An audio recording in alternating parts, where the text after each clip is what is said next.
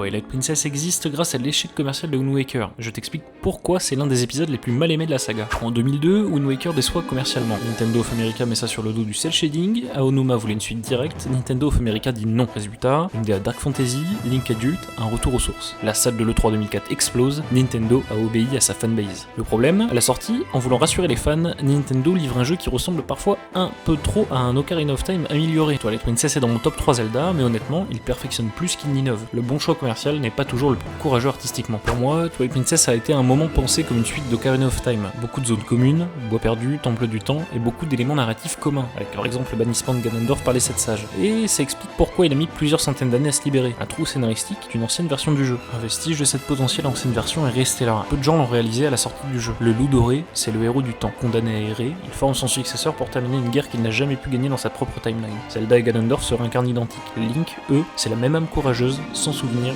qui recommence à chaque fois, l'âme du héros. Twilight Princess est né d'une décision commerciale, mais il cache l'histoire la plus mélancolique de toute la saga avec Majora's Mask, la fin du héros du temps. Le jeu qui n'aurait jamais dû exister, peut-être celui qui a le plus de choses à dire. Et vous, c'est quoi votre Zelda préféré ? Dites-le moi en commentaire.